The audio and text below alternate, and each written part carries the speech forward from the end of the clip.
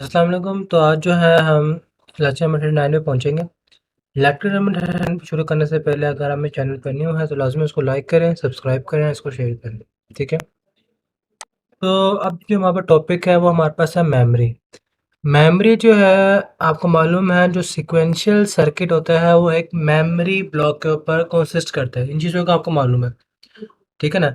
जो हमारे पास जो होता है मेमोरी वो किसके ऊपर डिपेंड करती है, सिक्वेंशियल सर्किट पे, ठीक है ना। जबकि जो हमारे पास जो एक कम्बिनेशन सर्किट होता है, जो हमने पिछले हमने काफ़ी चीज पढ़े हमने, वो सारे के सारे क्या होते हैं, कम्बिनेशन सर्किट होते थे, ठीक है ना। जो हमारे पास जितने भी हमने पीछे सर्किट पढ़े हैं वो सारे थोड़ा बहुत कहते हैं कम्बिनेशन सर्किट थे। कुछ हमने पढ़ते सिक्वेंशियल, कुछ हमने पढ़ते सिंक्रोनस, एसिंक्रोनस हमने पढ़ते फ्लिप फ्लॉप वाले। फ्लिप फ्लॉप भी आप कह सकते हो एक लैच होता है, एक मेमोरी एलिमेंट के तौर पर भी उसको यूज़ कर सकते हैं हम, ठीक है, लेकिन ज़्यादा यूज़ नहीं कर सकते हैं उसको, ठीक है। मेमोरी उसके नाम से सर होता है कोई भी एक ऐसा कोई भी एक ऐसी डिवाइस जो डाटा को क्या करे, सेव करे, ठीक है। क्या वो डाटा जो है कौन सी फॉर्म में होगा, बाइनरी फॉर्म में होगा। कौन सी फॉर्म में होगा, बाइनरी फॉर्म में होगा, ठीक है ना। यहाँ पर बकायदा लिखा हुआ भी है कि memory store data unit data 1 4 8 और हाई नंबर ऑफ बिट्स, ठीक है ना। ये चीज़ मेमोरी का आप कह लें जितने पूरा टॉपिक है ना ये वाला, मेमोरी से एक पूरा का पूरा पैराग्राफ ये हर एक चीज़ में से इम्पोर्टेंट है। इसकी जो है हमारे पास हर एक चीज़ क्या है, इम्पोर्टेंट है। आपने इसका हर एक पैराग्राफ पढ़ना है लाजमी, क्योंकि इसमें से शॉर्ट भी आते हैं, एमसीक्यूज़ तो ज़्यादा आते हैं। इसके जो लास्ट के एमसीक्यूज़ होते हैं ना उसमें काफ़ी ज़्यादा बनते हैं, ठीक है। अब यहाँ पर जो मेमोरी होती है ना वो एक और चीज़ के ऊपर डिपेंड करती है, वो है हमारे पास रोज एंड कॉलम, यानी कि टू डायमेंशनल अरे। किसके ऊपर डिपेंड करती है, टू डायमेंशनल अरे। जो ना सी एस टू सेवन का टॉपिक पढ़ा हुआ है अरेज वगैरह, टू डायमेंशनल अरेज का, उन्हें मालूम हो चुका होगा इसकी वर्किंग क्या होगी, ठीक है ना।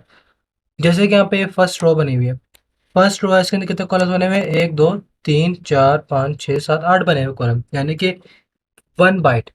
एक रो के अंदर कितने बाइट बिट सेव हो रहे हैं, 8 बिट सेव हो रहे हैं, ठीक है ना। कितने सेव हो रहे हैं हमारे पास, 8 बिट सेव हो रहे हैं, 0 से लेकर 7 तक, ठीक हो गया। यहाँ पर कितनी रोज बनी हुई है, यहाँ पर 8 रोज बनी हुई है और 8 कॉलम है हमारे पास, ठीक है ना। यानी कि 8 बाई 8 का बना हुआ है, यानी कि आप इसे कह सकते हैं 64 सेल मेमोरी। यहाँ पर देखिए कितने सेल होंगे, यहाँ पर 64 होंगे। ये पूरे सेल कितने होंगे, एक सेल यही होता है, ये एक सेल है, ये एक सेल है। अगर आप इसे यहाँ से गिनेंगे, यहाँ से गिनेंगे तो यहाँ पे कितने हो जाएंगे, 64। सबसे आसान तरीका ये होता है, यहाँ पर सबसे इसको गिने, ठीक है ना, फिर यहाँ से इसको गिने, फिर दोनों को मल्टीप्लाई करें, हमारे पास टोटल सेल की तादाद आ जाएगी, टोटल सेल की हमारे पास क्या आ जाएगी, क्वांटिटी आ जाएगी, ठीक हो गया। यहाँ पर 8 है, इधर भी 8 है, 8 से क्या होता है, हमें 64 होता है, यानी कि हमारे पास इस पूरे टेबल के अंदर कितने बने हुए सेल, 64 सेल बने हुए हैं, ठीक हो गया। आगे हमारे पास है मेमोरी ऑर्गेनाइजेशन। मेमोरी ऑर्गेनाइजेशन का हमसे मुराद है कि हमारे पास जो मेमोरी है वो कौन से फॉर्म में सेव हो रही है, वो हमारे पास निबल के फॉर्म में सेव हो सकती है, बिट के फॉर्म में सेव हो सकती है, या फिर बाइट के फॉर्म में सेव हो सकती है, ठीक हो गया। लेकिन मोस्टली जो है ना बिट के फॉर्म में ही सेव होती है हमारे पास। जैसे यहाँ पे देखिए एक सेल के अंदर सिर्फ एक बिट है, यहाँ पे एक बिट है, ठीक हो गया। क्लियर होगा इन चीज़ों का।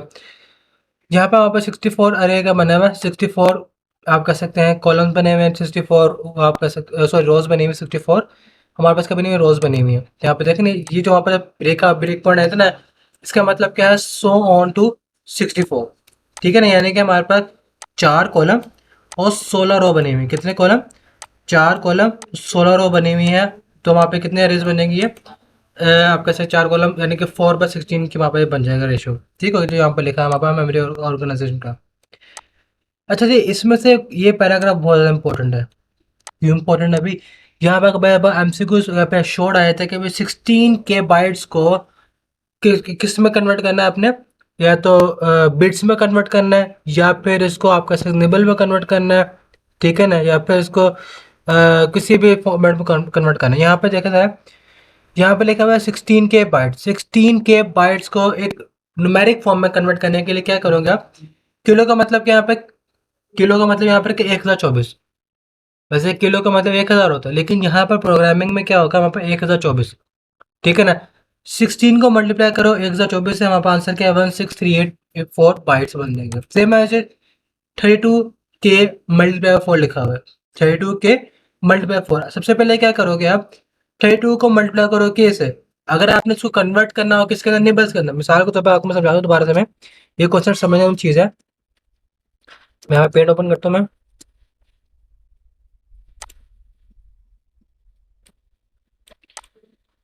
यहाँ पे देखें। अगर उन्होंने कहा हो कि इसको जो है बाइट के अंदर कन्वर्ट करना है, किसके अंदर कन्वर्ट करना है, बाइट के अंदर कन्वर्ट करना है, ठीक है ना। यहाँ पे देखते हैं बाइट्स का मतलब क्या, 8, ठीक है ना। बाइट का मतलब क्या है, 8 है, ठीक है। सबसे पहले आप क्या करेंगे, 16 अगर लिखा हुआ हो हमारे पास हो, अगर वहाँ पे इसका लिखा हुआ हो 16, ठीक है, काफी जूम हो गई है, 16 के, ठीक है ना। इसको किस में कन्वर्ट करना है हमने, बाइट्स में। किस में कन्वर्ट करना है हमने इसको, बाइट्स में। तो आप क्या करोगे, 16 मल्टीप्लाई बाय 1024, दोनों को मल्टीप्लाई कर लिया। उसके बाद क्या करना, जो इसका आंसर आएगा उसको मल्टीप्लाई कर देना अपने 8 से, क्योंकि एक बाइट में जो है, 1 बाइट के अंदर कितने बिट्स होते हैं, 8 बिट होते हैं ना हमारे पास, ठीक है ना। अगर हमारे पास ये फॉर्मेट का उसमें होगा, बिट्स में होगा, यानी कि यहाँ पे लिखा होगा 16 के बिट्स, ठीक है ना, 16 के बिट्स टू 1 बाइट, ठीक है ना। अगर उन्होंने ऐसा किया होगा ना, फिर आपने करना पहले 16 के को किस में करना, बिट्स में करना है, ठीक है। 16 को मल्टीप्लाई करके 124 है। अगर इसको बाइट्स में कन्वर्ट करना तो क्या करोगे, इनका जो आंसर आएगा उसको मल्टीप्लाई कर दो 8 से, आपके पास किस में फॉर्मेट में आ जाएगा, ये बाइट्स के फॉर्मेट में आ जाएगा ये, ठीक हो गया। मिसाल के तौर पर अगर मैं यहाँ पर कैलकुलेटर ओपन करूँ, मैं कैलकुलेटर, यहाँ पर 16 मल्टीप्लाई बाय 1024, 1024, ठीक है ना। आंसर क्या आ रहा है हमारे पास यहाँ पर 16384, ठीक है ना। इसको मल्टीप्लाई करेंगे 8 से, ठीक है ना। ये इसके आप कह सकते हो बाइट्स में इसका आंसर आ जाएगा। क्लियर, अच्छा जी। अब यहाँ पर देखें जरा, हमारे पास ये इसका निबल्स में बताया हुआ है, ये आपका सिर्फ बाइट्स में बताया हुआ है, लेकिन ये किस में है, सिर्फ 16 मल्टीप्लाई बाय 8, 16 मल्टीप्लाई बाय के, ठीक है। क्योंकि ये हमारे पास जो फॉर्मेट था वो कौन सा फॉर्मेट था, बाइट्स के फॉर्मेट में था। यहाँ पर देख रहे हैं 16 के बाइट्स लिखा हुआ है, 16 के बाइट्स लिखा हुआ है। अगर ऐसा है, अगर यहाँ पर बाइट्स लिखा हुआ है, तो आपको 8 से मल्टीप्लाई नहीं करना, तो खाली आपने इसको 16 को 1024 से मल्टीप्लाई करके इसका आंसर आ जाएगा। अगर यहाँ पर आप बिट्स लिखा होता है, यानी कि लिखा होता है 16 के बिट्स, तो फिर आप इसको 8 से मल्टीप्लाई करते हैं, ठीक है। जैसे कि यहाँ पर देखें जरा, ये किस में हमारे पास है, 32 के बाइट्स में होगा, बिट्स में होगा। इसको किस में कन्वर्ट करना है, निबल्स में कन्वर्ट करना है। किस में कन्वर्ट करना है इसको, निबल्स में। यहाँ पर देख रहे हैं मल्टीप्लाई 4 आ गया, ठीक है ना। इसको सॉल्व करेंगे, इसका ये आंसर आ जाएगा।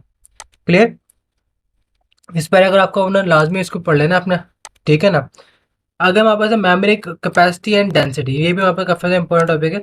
मेमोरी कैपेसिटी एंड डेंसिटी से क्या मुराद है कि हमारे पास अगर 1 MB है, 1 MB के अंदर हमारे पास कितने बाइट्स हैं, कितने बिट्स हैं, कितने निबल्स हैं, ये हमारे पास क्या होती है, कैपेसिटी और डेंसिटी।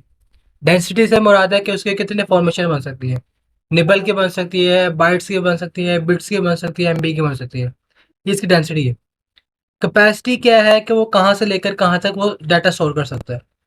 क्लियर हो गया, ठीक है ना। जैसे कि यहाँ पे देखे जरा, हमारे पास क्या था, ये बाइट्स में था 16 के बाइट्स, इसको 16 से 1024 से मल्टीप्लाई किया। उसके बाद इसको बिट्स में कन्वर्ट कर दिया। बिट्स में कन्वर्ट करने के लिए क्या करें, हम इसको 8 से मल्टीप्लाई कर देंगे। जैसे हमने यहाँ पर कन्वर्ट किया ना, यहाँ पर हमने क्या किया, सॉरी ये हमारे पास है बाइट्स था ना, यहाँ पर मैंने आपको मैं उल्टा बता दिया मैंने, सॉरी। यहाँ पर अगर लिखा हुआ हो बाइट्स, यहाँ पर क्या होगा, लिखा हो बाइट्स, और किस में कन्वर्ट करना हो, बिट्स में कन्वर्ट करना हो। किस में कन्वर्ट करना हो हमने, बिट्स में कन्वर्ट करना हो, बिट्स में 1 बिट के अंदर, ठीक है। तो फिर क्या करोगे, इसको सोल्व करने के बाद इसको मल्टीप्लाई बाय 8 करोगे, तो वहाँ पर आंसर क्या आएगा 131072। यहाँ पर देख रहे हैं 131072 बिट्स हो गए यहाँ पर, ठीक है ना। ये हमारा बाइट्स में आंसर आ गया 16384, ये वाला जो हमारा बाइट्स में था नहीं है। अब इसको किस में कन्वर्ट करना है, बिट में। 1 बिट यानी कि 1 बाइट पे कितने 8 बिट होते हैं, कितने बिट होते हैं, 8 बिट होते हैं, ठीक है ना। तो आप उसको 8 से मल्टीप्लाई करोगे, इसका बिट्स में आंसर आ जाएगा। सेम एट इज निबल है, निबल को बिट्स में कन्वर्ट करना होगा। सबसे 32 को 1024 से मल्टीप्लाई करोगे, अगर 32 के लिखा हुआ हो, अगर 32 के लिखा हुआ है, 32 को मल्टीप्लाई करो 1024 से, ये आंसर आएगा। अब इसको मल्टीप्लाई कर दो कैसे, 4 से, 4 से मल्टीप्लाई करोगे आंसर आ जाएगा। कैसे, वहाँ पर वैल्यू क्या है हमारे पास वैल्यू है 32768 मल्टीप्लाई बाय 4, ठीक है ना। 131072 आ गई, ये देख रहा है 131702, ये रहा 131702। क्लियर हो गया इन चीज़ों का।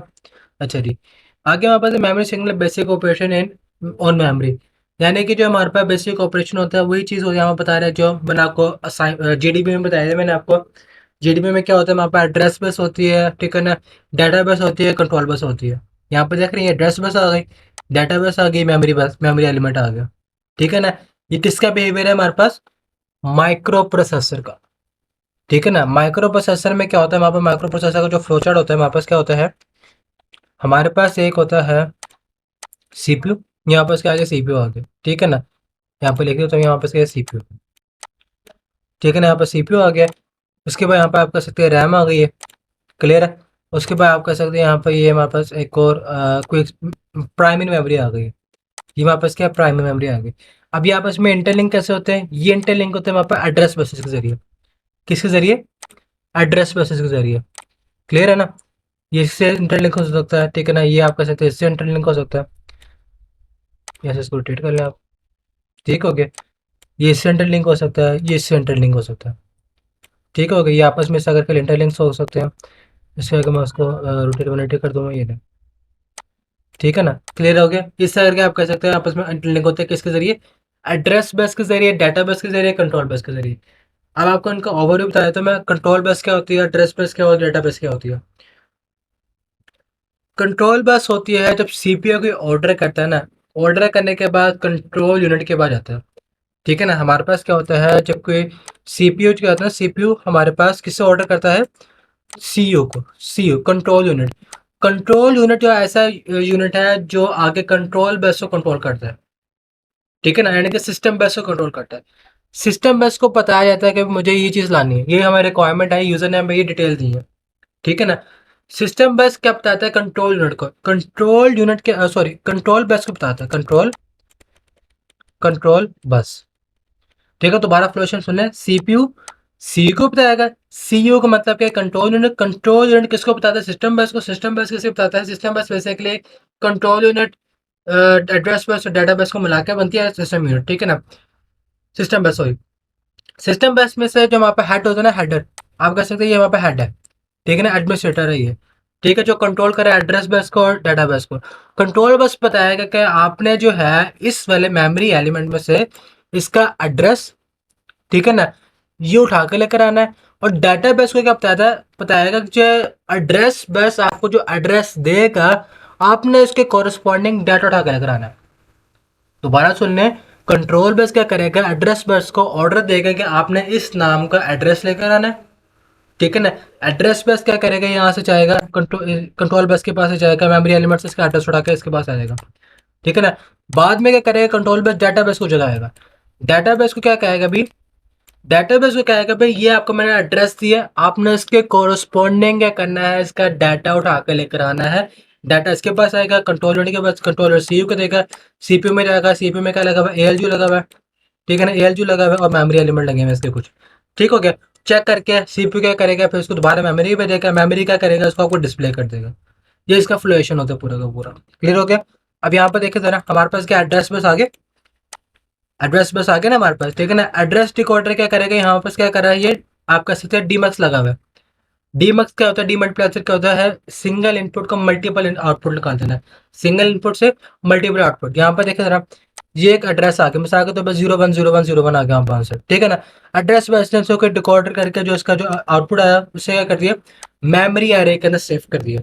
मेमोरी एरे हमारे पास क्या, एक रैम है, ठीक है ना। मेमोरी अरे कोई भी हो सकती है, पी रोम भी हो सकती है, ई पी रोम भी हो सकती है, सॉरी ई पी रोम कह रहा हूँ मैं, एस रैम भी हो सकती है, डी रैम भी हो सकती है, रैम भी हो सकती है, क्लियर। अच्छा जी, अब यहाँ पे मेमोरी उठाकर आ जाएगा, मेमोरी कहाँ पर जाएगी, डाटाबेस के ऊपर। डाटाबेस भी तो इसके पास आ सकता है ना। डाटाबेस क्या करेगा, जो एड्रेस बस यहाँ से जाकर इसके पास आएगा एड्रेस, वो उसके करस्पॉन्डिंग डाटा यहाँ से उठाएगा और फिर चले जाएगा।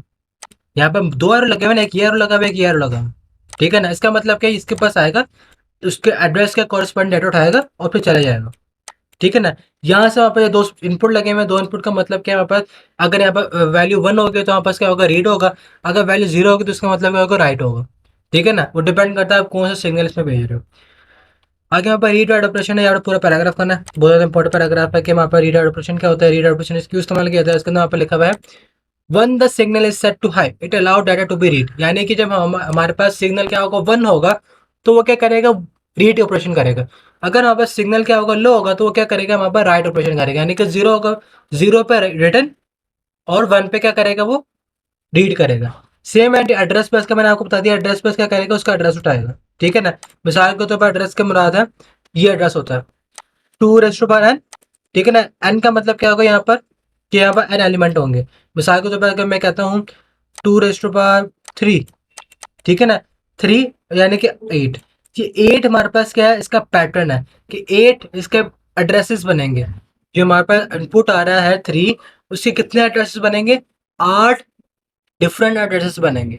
क्लियर हो गया चीज़, हो गई यहाँ पर जो लिखा है एंड पे देखा है, ठीक है ना। For specify 4 bit unique identify 16 different location, tourist में 416 होता है ना वहाँ पर, ये वो चीज़ है वहाँ पर कि जो डाटा आ रहा है वहाँ पर वो 16 डिफरेंट यूनिकली लोकेशन में क्या करेगा, सेव होगा। क्लियर। डाटा सिग्नल क्या होता है, जो हमारे पास एड्रेसेस आ रहा है उससे कॉरेस्पॉन्डिंग क्या करेगा, उसको डाटा उठा के हमें दे देगा। क्लियर, यहाँ पे लिखा हुआ है इसका। अब डाटा हमें कैसे, यहाँ पर होता है मल्टीप्लेक्सर का काम। अगर यहाँ पर देखें जरा, हमारे पास यहाँ पर एड्रेस बस में क्या लगा हुआ था, डी मल्टीप्लेक्सर। अब मल्टीप्लेक्सर में क्या होगा, हमारे पास डिफरेंट डिफरेंट इनपुट आ रहे होंगे, हमारे पास मल्टीपल इनपुट आ रहे होंगे, हमने क्या भेजना होगा, एक single output. Multiple input convert into single output is called multiplexer. Clear. हम डाटा सिग्नल के लिए इस्तेमाल क्या करेंगे, मल्टीप्लेक्सर इस्तेमाल करेंगे, जो 8 बिट को क्या करेगा, 1 बाइट पर कन्वर्ट कर देगा।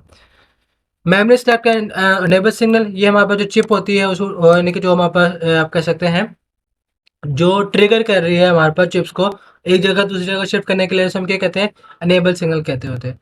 मेमोरी रीड ऑपरेशन आपको बता दिया मैंने, यहाँ पर कोई एड्रेस आ रहा है, ठीक है ना, डिकोडर में आ रहा है, इसमें से चेक कर लेगा कौन सा एड्रेस आ रहा है, डाटा बेस क्या करेगा, उसको उसके कोरस्पॉन्डिंग एड्रेस से डाटा उठा के ले जाएगा।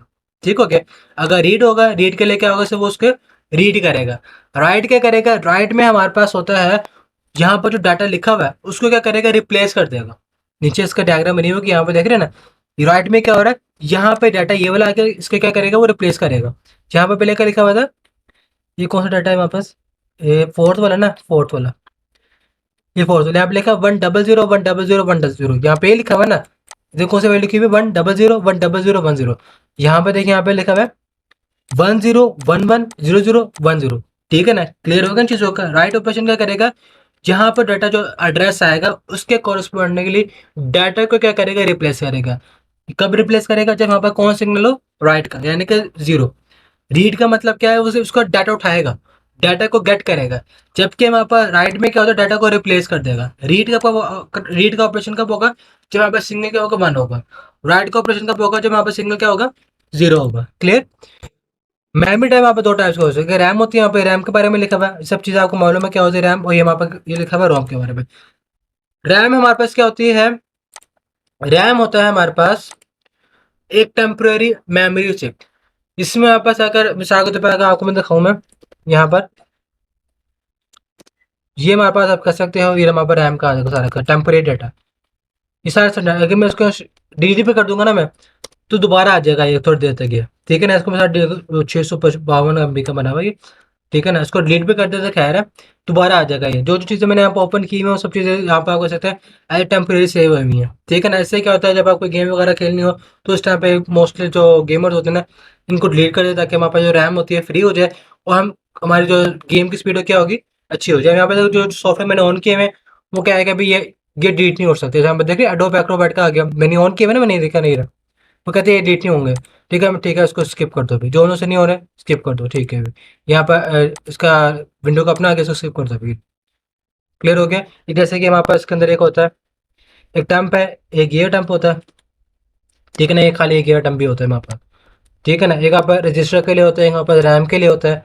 ठीक है ना, और एक होता है हमारे पास कैशी वाला भी होता है। इसके अंदर कैशी वाला हमारे पास प्रीफर्स्ट लिखेंगे, प्रीफर्स्ट लिखेंगे, ये प्रीफर्स्ट के लिए यहाँ पर आ जाएगा। इसे कंटिन्यू करते हैं यहाँ से। ठीक है ना, प्रीफर्स्ट का आ रही है, जिससे आप कर सकते हो, आप कैशी में भी आप रजिस्टर के लिए आ सकते हो, उसे भी डिलीट कर सकते हैं, खैर है इसकी भी।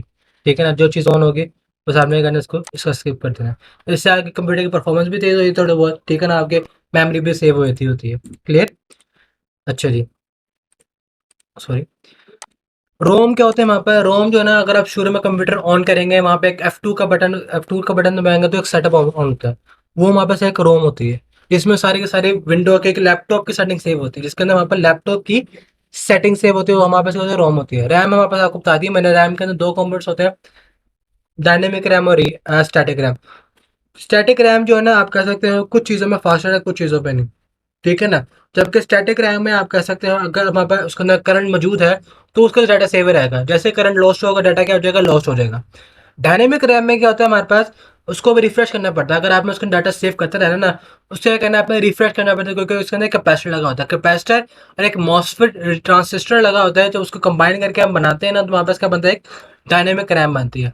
स्टैटिक रैम में आप कह सकते हैं फ्लिप फ्लॉप लगा होता है, लैचेस लगे होते हैं, उसको जब तक करंट मौजूद रहेगा उसके अंदर डाटा सेव रहेगा, ठीक है ना, वरना क्या हो जाएगा, डाटा लॉस हो जाएगा। जबकि हमारे पास कैपेसिटर में, अगर जब तक डी रैम में क्या होता है, जब तक कैपेसिटर के अंदर करंट मौजूद है, ठीक है ना, तब तक क्या, जब तक कैपेसिटर के अंदर क्या होगा, चार्ज मौजूद है। जरिए पर कैपेसिटर क्या होता है, जो चार्ज इसको क्या करे, सेव करे। जब तक उसमें सेव है, तब तक क्या आएगा, डाटा सेव रहेगा।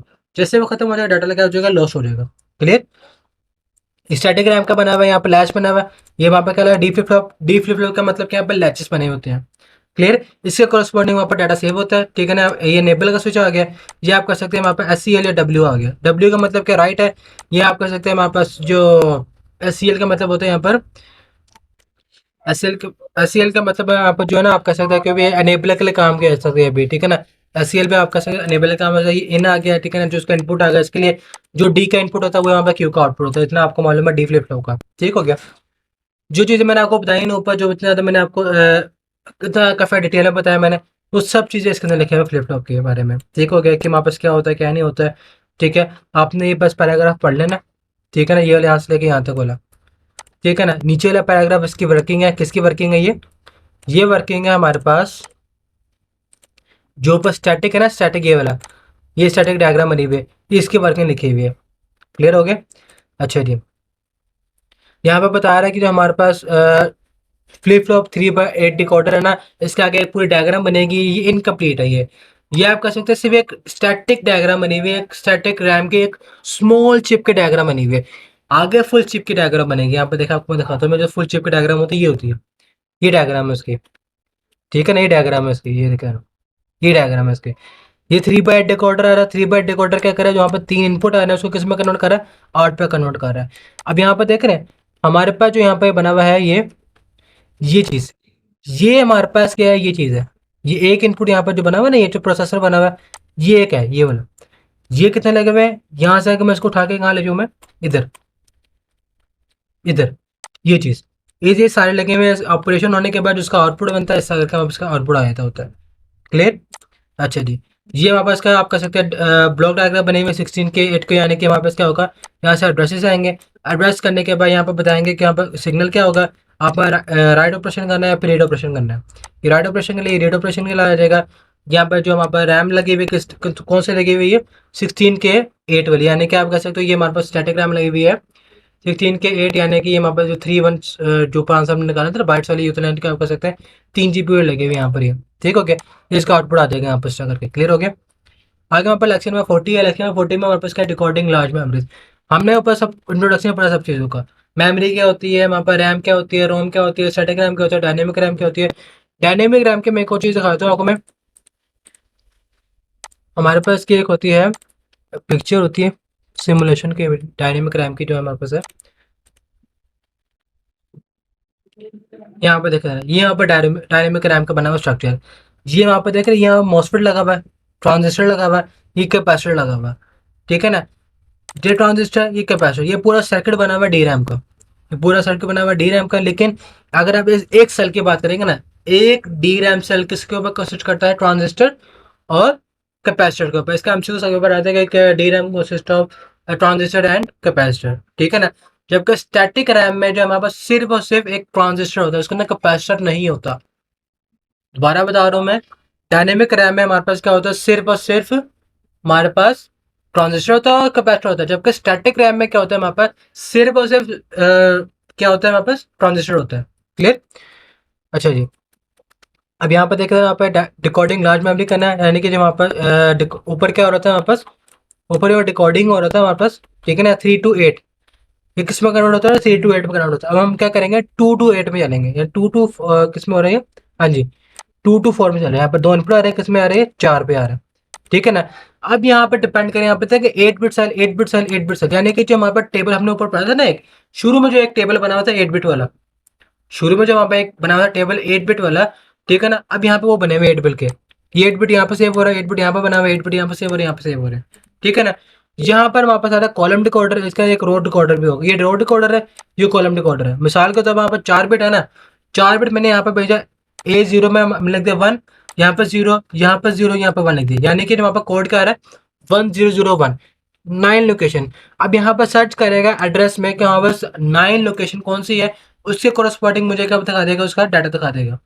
क्लियर, मीन्स हमारे पास मीन टू से यहाँ पे हमारे पास क्या है, एक टेबल बना हुआ है हमारे पास, ठीक है ना, पूरा का पूरा 8 बिट है ना, ये 8 बिट कितने लगे हुए हैं, 1 2 3 4, 1 2 3 4, ठीक है ना। यानी कि आप कह सकते हो उसको, ये हमारे पास है 8, और 8 8 कितने हो गए, 16, ठीक है ना, 16। ये 64 बिट का बना हुआ है, आप कह सकते हो। यहाँ पे किसका 64 बिट का बना हुआ है, नीचे लिखा हुआ है बिल्कुल, शायद नहीं लिखा हुआ है। यहाँ पे 64 बिट का बना हुआ है ये, ठीक है ना। 64 यानी कि सेल बने होंगे, यहाँ पे कितने सेल बने होंगे, 64 सेल, इस तरह के 64 सेल बने होंगे, ठीक है ना। अभी हमारे पास क्या है, 2 डायमेंशनल है, हमारे पास क्या है, 2 डायमेंशनल है ना। जैसे कि यहाँ पर के मैप होता है, के मैप में क्या होती है, कुछ यहाँ पर वैल्यूज लिखी होती है ऐसा करके, कुछ यहाँ पे लिखी होती है ना वैल्यूज, यहाँ पर ऐसा करके लिखी होती है, वहाँ पर वैल्यूज ऐसा करके, ठीक है ना, कुछ यहाँ पे लिखी होती है। वैसे ही वहाँ पर रैम के अंदर भी होता है, कुछ यहाँ पे वैल्यूज लिखी होंगी, कुछ यहाँ पे लिखी होंगी। हम क्या करेंगे, ये रो के लिए ये वैल्यूज है, और वहाँ पास क्या है, ये कॉलम के लिए वैल्यूज होगी। मिसाल के तौर पर मैंने लिखा था यहाँ पर 1001, जो मैंने इनपुट में दिया था। अब यहाँ पे देखें 10 लिखा हुआ है, और 10 यहाँ पर जो लिखा होगा वो यहाँ पर अटैच हो जाएगा। कौन सा सेल नंबर बन रहा है, ये सेल नंबर बन रहा है, अब ये सेल नंबर बन रहा है। क्लियर, ये सेल बनेगा ये वाला, ठीक है ना। यहाँ पर 10 लिखा हुआ है ना, 10 यहाँ पर आ जाएगा, तो यहाँ पे ये सेल होगा, इससे क्रॉसपोर्डिंग क्या होगा, वहाँ पर डाटा आ जाएगा। क्लियर, अच्छा जी। अब वहाँ पर इसका बना हुआ भी वही बना हुआ सर्किट बताया हुआ है, जिसको ऊपर का अधूरा हिस्सा ना, ये वाला अधूरा हिस्सा है, वो नीचे बना हुआ है इसका ये वाला, ठीक है ना। यहाँ पे देख रहे हैं, ये यहाँ पे इनपुट बफर लगा हुआ है, इनपुट बफर, बफर क्या करता है यहाँ पे, जो यहाँ पर तो अगर इनपुट आ रहा होगा तो उसको बफर करके उसको डिकोडर क्या बनेगा, आउटपुट आएगा तो उसका वहाँ पर शो कर देगा। Clear, memory read cycle, memory read cycle बता रहा है कि हमारे पास जो है, मेमोरी रीड साइकिल में हमारे पास क्या होता है, मेमोरी रीड साइकिल जो है ना, सॉरी एक मिनट, इसको कर दूँ मैं। मेमोरी रीड साइकिल में वापस क्या होता है हमारे पास, कि जो वहाँ पर ऊपर सर्किट बना हुआ है, ठीक है ना, यहाँ पे देख रहे हैं WS, CS और OY। डब्ल्यू का मतलब क्या, राइट, ओ ई का मतलब क्या होता है, रीड, ठीक है ना। हमने यहाँ पर इनपुट देने होते हैं, ठीक है ना। रीड साइकिल करने के लिए हम किसको इनपुट देंगे, ओ ई को देंगे हम, यहाँ पे 1 कर देंगे, ठीक है ना, यहाँ पर 0 कर देंगे, ठीक हो गया। यहाँ पे देखिए हाई टू लो लिखा हुआ, हाई टू लो ट्रांजिशन होगी किसके लिए, रीड के लिए। ये आपने याद रखना हमेशा। अगर वो पूछे है कि हमारे पास जो आउटपुट अनेबल ऐसा the measurement with respect to dash transition of the OE signal, इसका हमारे पास आंसर क्या होगा, हाई टू लो ट्रांजिशन होगा इसका आंसर, ठीक है ना। कि हमारे पास जो रीड डाटा होता है वो कौन से फॉर्म में होता है, हाई टू लो ट्रांजिशन के फॉर्म में होता है, और वो किसके बिना पे होता है हमारे पास, एड्रेस सिग्नल के बिना पर होता है। किसके बिना पे होता है हमारे पास, ये एड्रेस सिग्नल की बिना पर होता है सारा वर्किंग, सारी की सारी वर्किंग। क्लियर, अच्छा जी, क्लियर हो गया इन चीज़ों का। हमारे पास जो मेमोरी रीड साइकिल होता है वो किसके ऊपर डिपेंड करता है, हमारे पास एड्रेस सिग्नल के ऊपर, और इसके ट्रांजिशन क्या होती है हमारे पास, हाई टू लो ट्रांजिशन होती है इसके सिंगल फॉर्म की। क्लियर हो गया, अच्छा जी। आगे हमारे पास क्या है, memory write cycle. Memory write cycle जो है वो किसके ऊपर डिपेंड करता है हमारे पास, CS। CS जो इसमें भी आता है हमारे पास सिग्नल, इसमें भी सिग्नल आता है, या मैंने आपको बताया था CS जो है हमारे पास क्या है, एक अनेबल सिग्नल है, जो किसको कंट्रोल कर रहा है, OE और W को कंट्रोल कर रहा है। क्लियर, ये पूरे पूरे पैराग्राफ हमने पढ़ लेने, क्योंकि इसमें से MCQ कई बार आया था, उनमें से शॉर्ट भी कई बार पूछ लेते होते हैं कि हमारे पास बताओ भी differentiate between memory write cycle and memory read cycle, या फिर कई बार छोड़ा जाता है हमारे पास differentiate between static RAM dynamic RAM, या फिर वो जो कन्वर्जन का मैंने आपको बताया कि उसको बाइट्स में करना है, बिट्स में करना है, निबल्स में करना है, इस तरह के छोड़ा जाते होते हैं। ठीक हो गया। अब यहाँ पर बता रहे हैं वहाँ पर टाइमिंग डायग्राम वहाँ पर रीड साइकिल के लिए, ठीक है ना। अगर वहाँ पर एक वेल्ड एड्रेस आ रहा है, ठीक है, अगर उसके क्रॉसपेड वहाँ पर जब चिप और नेबल हुई है, ये और नेबल OE के लिए भी हो गया, ये चिप सेलेक्ट हो रही है ना, चिप सेलेक्ट बता रही है कौन सा टाइम सेलेक्ट करना है, रीड ऑपरेशन सेलेक्ट करना है, फिर हमने राइट ऑपरेशन सेलेक्ट करना है। क्लियर, और ये हमारे पास क्या है, आपका अनेबल सिग्नल है, ये हमारे पास अनेबल सिग्नल क्यों है, जब 0 होगा तो क्या होगा हमारे पास, ये आप कह सकते हैं ये हमारे पास हो जाएगा राइट ऑपरेशन। अगर ये 1 होगा तो क्या होगा, ये रीड ऑपरेशन हो जाएगा। क्लियर, ये यहाँ पर राइट के लिए आ गया।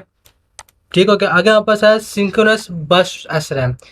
सिंक्रोनस बर्स्ट एस रैम का मतलब क्या है, हमारे पास जो रैम है आपको मालूम है किसके ऊपर डिपेंड करती है, एस रैम के ऊपर और डी रैम के ऊपर। अब इसके अंदर एस रैम के अंदर आप दो कैटेगरी आ सकती है, एक होता है हमारे पास ए सिंक्रोनस एस रैम और एक होता है हमारे पास सिंक्रोनस एस रैम। दोबारा सुन लें, हमारे पास क्या होता है, एक चीज होती है ए सिंक्रोनस और एक होता है हमारे पास सिंक्रोनस। ठीक है ना। सिंक्रोनस में हमारे पास क्या होता है, वो डिपेंड करता है क्लॉक के ऊपर। जो क्लॉक सिग्नल होता है ना 010101 कंटिन्यूसली जो वहाँ पर चल रही होती है क्लॉक, उसके ऊपर डिपेंड करता है। जबकि जो ए सिंक्रोनस होता है हमारे पास, ए सिंक्रोनस जो है ना हमारे पास, वो क्लॉक के ऊपर डिपेंड नहीं करता। ये एमसीक्यूज में पूछ लेते हैं, शॉर्ट भी कवर आ सकता है अभी, difference between synchronous S RAM and a synchronous S RAM. ठीक है ना। यहाँ पे देखें, यहाँ पे लिखा हुआ भी है हमारे पास ये चीज़, ये सिंक्रोनस के बारे में लिखा हुआ है हमारे पास, S RAM synchronous user clause. और जो हमारे पास जो रीड एंड राइट ऑपरेशन है ये रहा, asynchronous, the operation of which does not depend upon the clock signal, the read and write operation are carried out asynchronously। ठीक है ना, यानी कि जो आप कह सकते हैं वो क्लॉक के ऊपर डिपेंड नहीं कर रहा है, वो वन बाय वन करके चल सकते हैं। ठीक हो गया। जबकि सिंक्रोनस में हमारे पास क्या होता है, रीड एंड राइट ऑपरेशन हो सकता है। ठीक है ना, और इसके अंदर क्लॉक होती है। ठीक है ना। क्लॉक ऑपरेशन के अंदर हमारे पास जो है माइक्रो प्रोसेसर के सिग्नल है, जो क्लॉक ऑपरेशन है उसके ऊपर डिपेंड करता है। क्लियर। ये इसके टाइम डायग्राम आ गया। वहाँ पर डायग्राम में क्या है, बस लॉजिक लगी हुई है। बस लॉजिक में क्या होगा, वहाँ पर वो चेक करेगा वहाँ पर सिग्नल की फॉर्म कौन सी है, सिंक्रोनस है या फिर सिंक्रोनस है। ठीक है ना। ये एड्रेस बस आ गया। वहाँ पर एड्रेस बस में क्या होगा, राइट रजिस्टर लगा हुआ है, एक पर नेबल रजिस्टर लगा हुआ है। ठीक है ना। राइट में क्या होगा, अगर राइट के लिए कोई सिग्नल आ रहा है तो राइट करेगा, अगर वो आप कह सकते हैं रीड के लिए करेगा तो रीड के लिए वापस काम कर देगा। यहाँ पर डाटा इनपुट आ गया, डाटा आउटपुट के लिए आउटपुट बफर आ गया। ठीक है ना। यहाँ पर आपके साथ मेमोरी एलिमेंट आ गया, मेमोरी एलिमेंट के अंदर वहाँ पर डाटा सारा का सारा डाटा क्या है, सेव है। ठीक है ना। ये पूरी की पूरी यहाँ पर वर्किंग लिखी हुई है। ये जो वहाँ ऊपर डायग्राम बनी हुई है उसके बारे में क्या लिखा हुआ है। ठीक हो गया। बाइनरी काउंटर यहाँ पर बस कंट्रोलर होता है। बस कंट्रोलर किसके ऊपर डिपेंड करता है, बस कंट्रोलर के अंदर कितने गेट्स होते हैं, दो जोर होते हैं, एक एंड गेट होता है और एक आपस का लगा होता है, बाइनरी काउंटर लगा होता है। ये पूछे तो एमसीक्यू उसके अंदर कि वहाँ पर जो बस लॉजिक सर्किट है वो किसके ऊपर डिपेंड करता है, हमारे पास दो जोर के ऊपर, एक एंड के ऊपर और एक बाइनरी काउंटर के ऊपर डिपेंड करता है। क्लियर। अब इसके बाद आता है डायनेमिक रैम। डायनेमिक रैम मैंने आपको बता दिया कि उसको किसके ऊपर डिपेंड करता है, वो हमारे पास कैपेसिटर और एक मॉसफेट जिसे आप कह सकते हो ट्रांजिस्टर वगैरह, उसके ऊपर डिपेंड करता है हमारे पास। ठीक है ना। अच्छा जी, मैं आपको दिखाया तो ये देखिए डायग्राम बनी हुई है। ये यहाँ पर डी रैम की डायग्राम बनी हुई है, जो भी आपको मैंने उसमें भी दिखाई थी पिक्चर में। यहाँ पर मॉसफेट लगा हुआ है, एक कैपेसिटर के ऊपर लगा हुआ है। ठीक है ना। ये हमारे पास क्या है, आप कह सकते हैं बफर लगे हुए हैं। ये यहाँ पर क्या बफर लगे हुए हैं, ये भी हमारे पास रिफ्रेश बफर है। रिफ्रेश बफर क्या होता है, जब हम यहाँ पर इसको सिग्नल लेते हैं ना, तो ये तो कैपेसिटर चार्ज करना शुरू होता है, फिर कैपेसिटर का डिस्चार्ज होता है। Capacitor charge discharge, charge discharge, charge discharge. Charge कब होता है, जब यहाँ पर रिफ्रेश की वैल्यू क्या होती है, 1 होती है। डिस्चार्ज कब होता है, जब इसकी वैल्यू क्या होती है, 0 होती है। ठीक है ना। चार्ज कब होगा, जब रिफ्रेश की वैल्यू क्या होगी, 1 होगी। और डिस्चार्ज कब होगा, ये इसकी वैल्यू जब 0 होगी। क्लियर होगी। यहाँ पे लिखा भी बकायदा, यहाँ पर इस पर पूरे पैराग्राफ में लिखा भी होगा यहाँ पर। ठीक है। ये पता आ गया, वहाँ पर जब रीडिंग करने के लिए आ गया, ऊपर में खाली राइटिंग के लिए था, राइटिंग के लिए ये था। राइटिंग के लिए क्या होगा, 1 और 0 वहाँ पर डी रैम चालू होगा। ठीक है ना। जब राइटिंग के लिए क्या होगा, यहाँ पर देना पड़ेगा सिग्नल। ये सिग्नल किसके लिए, वहाँ पर ये वाला signal read and write operation के लिए। ठीक है ना। जब 0 होगा तो राइट करेगा, 1 होगा तो रीड करेगा। ठीक है ना। 0 पे क्या करेगा, ये राइट करेगा और 1 में क्या करेगा, ये रीड करेगा। क्लियर। और यहाँ पे वापस क्या होगा, रीड कब करेगा, 0 पे करेगा रीड। ठीक है ना। 1 पे, सॉरी 1 पे रीड करेगा, 0 पे क्या करेगा, राइट करेगा। ठीक हो गया। ये यहाँ पे बता रहे बिट लाइन आप कह सकते हैं, जो हम आप कॉलम को कॉलम के ऊपर डिपेंड, कॉलम और रो के ऊपर डिपेंड करती है बिट लाइन। ठीक हो गया। अगर बस एड्रेस मल्टीप्लेक्सिंग, एड्रेस मल्टीप्लेक्सिंग का मतलब क्या है, जो हमारे पास जो आ रहे हैं ना, कितने नंबर ऑफ रोज, कितने नंबर ऑफ डाटा आ रहा है उसको कन्वर्ट कर देना किसमें, मल्टीपल इनपुट में, डिकोडर का कर देना। ठीक है ना। या फिर जो मल्टीपल इनपुट आ रहा है उसको किस में कन्वर्ट कर देना, सिंगल आउटपुट में कन्वर्ट कर देना। किसको कन्वर्ट कर देना, सिंगल आउटपुट। अगर जहाँ पर देखा जाए, ये पर रो, ये वहाँ पर रो के लिए आ गया, ये रो डिकोडर है, ये कॉलम डिकोडर है। ये रो को डिकोडर है, ये कॉलम डिकोडर है। ठीक है ना। यहाँ पर मल्टीप्लेक्स लगे हुए हैं ये वाले, मल्टीप्लाई लग गए, इन दोनों कंबाइन करके जिसका आउटपुट आएगा वो कौन सी फॉर्म में होगा, सिंगल आउटपुट में होगा हमारे पास। क्लियर। हमारे पास यहाँ पे देखें, ये जो सर्किट बना हुआ है, ये सर्किट बना हुआ है हमारे पास, जो हमने शुरू में पढ़े थे हमने एड्रेस बस के लिहाज से, डेटाबेस के लिए ऐसे address code, row decoder, column decoder. ये रो डिकोडर बताएगा रो का एड्रेस, कॉलम डिकोडर बताएगा हमें कॉलम का एड्रेस। ठीक है ना, जो मैंने आपको यहाँ बताया ना, यहाँ पेंट में, ये पेंट में था हमारे पास यहाँ पर, इधर जो वहाँ पर ये रो का एड्रेस आ गया, ये कॉलम का एड्रेस आ गया। ठीक है ना, यहाँ से वहाँ पर दोनों का एड्रेस आ गया। जब इन दोनों को कंबाइन करके वहाँ पर डाटाबेस क्या करेगा, डाटा उठा के लेकर आ जाएगा, मल्टीप्लेक्सर क्या कर देगा, उसको सिंगल आउटपुट में शो कर देगा। क्लियर? अच्छा जी। तो ये हमारे पास लेक्चर नंबर 39 था, 40 था। ठीक है ना, आई होप आपको क्लियर हो गए होंगे यहाँ पर रैम क्या होता है, रोम क्या होता है हमारे पास, उसका एस रैम क्या होता है, डी रैम क्या होता है, रो डिकोडर क्या होता है हमारे पास, कॉलम डिकोडर क्या होता है। ये सारे बहुत ज़्यादा इंपॉर्टेंट टॉपिक है। आपने जो है इनके हर एक डायग्राम चेक कर लेनी है, हर एक डायग्राम को देख लेना है, इनके क्वेश्चन समझ लेना है, इनके एमसीक्यू शॉर्ट वगैरह काफ़ी ज़्यादा इनके आते हैं। ठीक हो गया? ठीक है, मिलते हैं अगले लेक्चर से, तब तक के लिए अल्लाह हाफिज़। ठीक है, ओके।